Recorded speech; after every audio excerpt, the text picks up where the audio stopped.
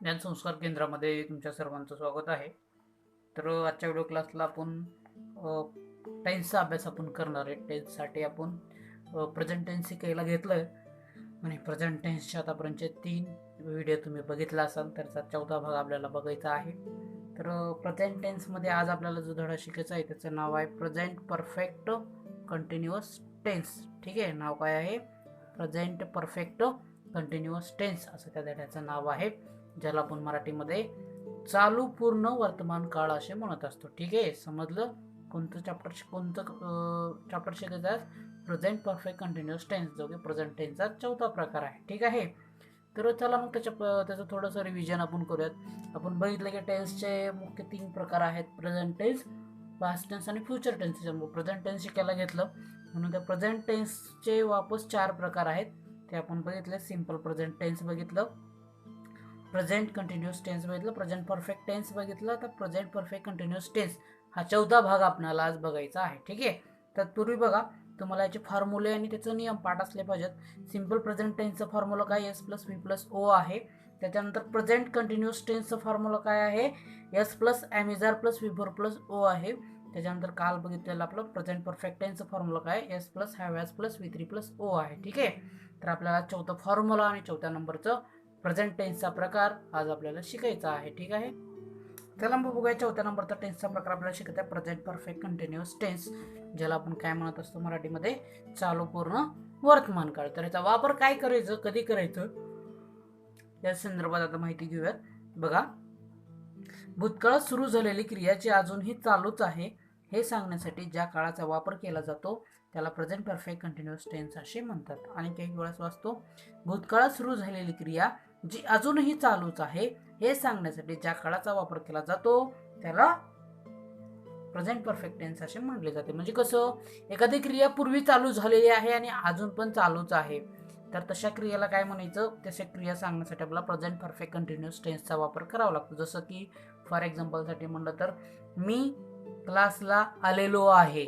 आपण काय म्हणतो? सर मी क्लासला आलेलो आहे. मग आपण पहिल्यापासूनच येतात आहे का नाही? तुम्ही गेल्या वर्षापासून कोण येत असाल किंवा त्याच्याहून पलीकडच्या वर्षापासून कोण असेल तर तुम्ही काय म्हणतो? मला सर मी तुमच्या क्लासला आलेलो आहे. ठीक आहे, तर अशा प्रकारे पूर्वी सुरू झालेली क्रिया म्हणजे कसं? मी शाळेला गेलेलो आहे. ठीक आहे, गेलेलो आहे म्हणजे, तर तुम्ही शाळेला गेलेलो आहे, तुम्ही आता तुम्ही जर करिबेश्वरला गेलात आणि तुम्ही जर झेडपीला काय म्हणता? तर मी या शाळेला गेलेलो आहे म्हणजे भूतकाळात सुरू झालेली क्रिया जी अजून पण चालूच असते. अशा क्रिया सांगण्यासाठी आम्हाला प्रेझेंट परफेक्ट कंटिन्युअस टेन्सचा वापर करावा लागतो. ठीक आहे, तर काही एक्झाम्पल्स आहेत जे की तुम्हाला समजावून सांगायचे, तर ते बघा कशा प्रकारचे एक्झाम्पल आहेत. We have been playing cricket from 6 month. आपण 6 महिन्यापासून क्रिकेट खेळलेलो आहे. ठीक आहे, आपण 6 महिन्यापासून क्रिकेट खेळलो म्हणजे काय? क्रिकेट खेळायची क्रिया कधी सुरू झाली होती? Before 6 month. 6 महिन्यापासून चालू होते आणि ती क्रिया अजून पण चालूच आहे. तर अशा प्रकारचे वाक्य सांगण्यासाठी आपल्याला या काळाचा वापर करावा लागतो. ठीक आहे, त्याचं दुसरं सेंटेन्स बघा त्याच्यामधलं, Tanaji has been coming to class from 7 year. Tanaji 7 वर्षापासून क्लासला आलेला आहे म्हणजे क्रिया कधी चालू झालेली आहे? 7 वर्षाचा पहिला, आणि ती क्रिया अजून पण चालूच आहे हे जर आपल्याला सांगायचं आहे किंवा असे वाक्य बोलण्यासाठी आपल्याला प्रेझेंट परफेक्ट कंटिन्युअस टेन्सचा वापर करावा लागतो. त्याच्यानंतर बघा तिसरा नंबरचा, I have been eating mango. मी आंबा खाल्लेलो आहे. खाल्लेलो आहे म्हणजे काय? तर मी पहिल्यापासूनच आंबे खात आहे आणि अजून पण खातच आहे.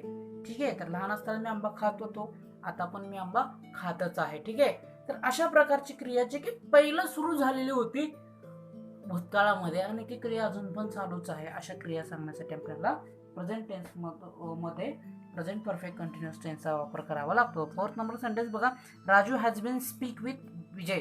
राजू विजयसोबत बोललेला आहे.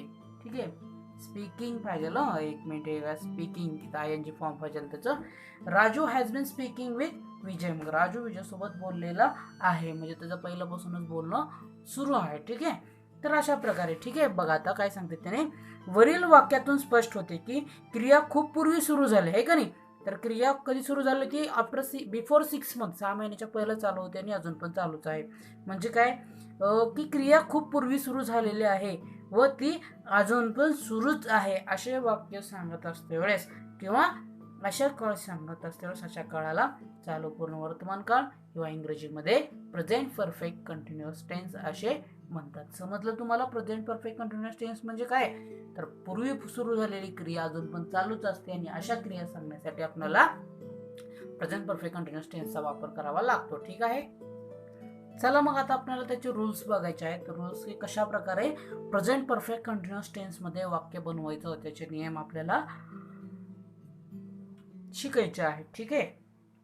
तर बघा नियम नंबर पहिला काय सांगताय, वाक्याची सुरुवात कर्त्याने होते. म्हणजे आपण जर वाक्य बनवत असलो तर प्रेझेंट परफेक्ट कंटिन्युअस टेन्स मध्ये तर वाक्याची सुरुवात कर्त्याने होते. कर्त्यानुसार टू हॅवचे हेल्पिंग वर्ब वापरावे. म्हणजे काय, कर्ता आहे, कर्त्यानुसार टू हॅवचे हेल्पिंग वर्ब आपल्याला तिथं वापरायचा आहे. टू हॅवचे हेल्पिंग वर्ब कोणते, हॅव हॅज.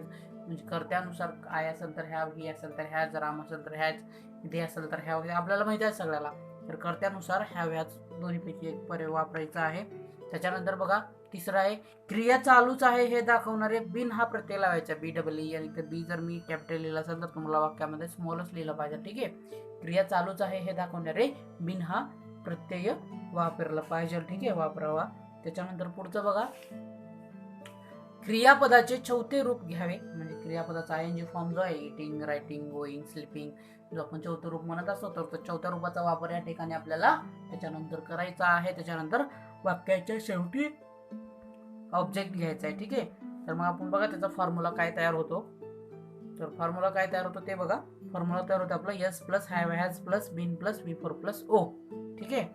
तर त्या फॉर्म्युल्याचा वापर करून आपल्याला वाक्य बनवायची आहे. ठीक आहे. ठीक आहे. चला मग बघूयात कशा प्रकारे याच्यापासून आपल्याला वाक्य बनवता येते किंवा बघा. तर नियमानुसार नियम नंबर पहिला काय सांगतं, वाक्याची सुरुवात कर्त्याने होते. आपण आय घेतलं तर त्यानुसार टू हॅवच्या हेल्पिंग वर्ब घ्यायच्या. आयच्या समोर कोण येते, हॅव येते. ठीक आहे. त्यानंतर तिसऱ्यानुसार क्रिया चालूच आहे हे दाखवण्यासाठी बिनचा वापर करावा. आय हॅव बिन झालं आहे का नाही. त्याच्यानंतर क्रियापदाचे चौथे रूप वापरावे. म्हणजे V4 वापरायचा आहे, लुकिंग. त्याच्यानंतर वाक्याचे ऑब्जेक्ट वापरायचा, ॲट स्कूल, मी शाळेकडे बघत आलेलो आहे का नाही. तर लहानपणापासून आपण आपली शाळा बघत आलेलो आणि अजून पण बघतच आहोत आहे का नाही. तर चालूच क्रिया आहे आपली. तर I have been looking at school, मी शाळेकडे बघत आलेलो आहे. ठीक आहे. फॉर्म्युल्याचा वापर करून कसं बघायचं बघा. यस आहे तर श्याम, सब्जेक्ट घ्या तिथं श्याम. श्याम पर्सन नेम आहे म्हणून काय येतं, हॅज. त्याच्यानंतर बिन कंपल्सरी आहे, बिन. ठीक आहे. Shyam has been. V4 आहे म्हणजे वर्क घेतलं मी, वर्किंग, वर्किंग विथ मी. राम माझ्यासोबत काम करत आलेला आहे का नाही. अशा प्रकारचं वाक्य आपण ह्याच्यापासून सहजप्रमाणे बनवू शकतो.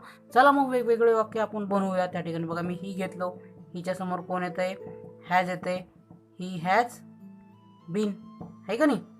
Right you writing, WRITTING, writing a letter, मी एक पत्र लिहत आलेलो आहे का नाही. शी घ्या आता, शी समोर देखील हॅज येते, she has been writing a poem, ती एक कविता लिहत आलेली आहे का नाही. दे घ्या, they has been coming to class, तो क्लासला आलेला आहे. ठीक आहे. तानाजी हॅज बीन प्लेइंग वार, तानाजी युद्ध खेळत आलेला आहे. समजते सर्वांना. बघा राणी हॅज बीन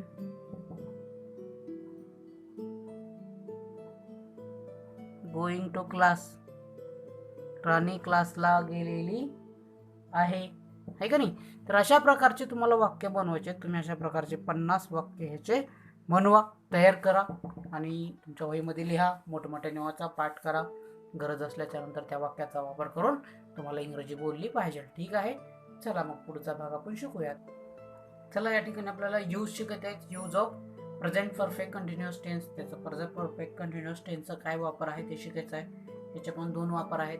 पहिला वापर काय आहे बघा, भूतकाळात सुरू असलेली क्रिया अजूनही चालूच आहे हे दाखवण्यासाठी प्रेझेंट परफेक्ट कंटिन्युअस टेन्सचा वापर केला जातो. तुम्हाला मागास सांगितलं मी की एखादी क्रिया खूप पहिलं सुरू झालेली आहे आणि अजून पण चालूच आहे, तर त्यासाठी आपल्याला या काळाचा वापर करावा लागतो. जसं बघा, I have been going to school, मी शाळेला गेलेलो आहे. We have been learning in school, आपण शाळेमध्ये शिकलेलो आहे. त्याच्यानंतर ही बघा पुढचे वाक्य मी इथं लिहिलेलं आहे. He has been speaking to mother, तो आईसोबत बोललेला आहे.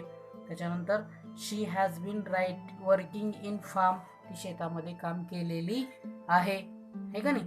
त्याच्यानंतर बघा, it has been staying in hall, ते हॉलमध्ये राहिलेला आहे किंवा थांबलेला आहे, म्हणजे पुढच्या हॉलमध्ये राहिलेली आहे असं आपलं म्हणणं होईल. ठीक आहे. त्याच्यानंतर पुढचं वाक्य बघा, they have been reaching on time, ते वेळेवर पोहोचलेले आहेत. त्याच्यानंतर बघा, Prajwal has been jumping on road, Prajwal रोडवर उड्या मारलेला आहे, हे का नाही. मारलेला आहे म्हणजे अजून पण मारला होता, पहिलं मारला होता, मारत अजून ती क्रिया त्याची चालूच आहे. तर अशा प्रकारचे 30 वाक्य तुम्हाला लिहायचे आहेत, जेणेकरून तुम्हाला त्याचा भरपूर सराव आणि भरपूर अभ्यास होऊन जाईल. ठीक आहे.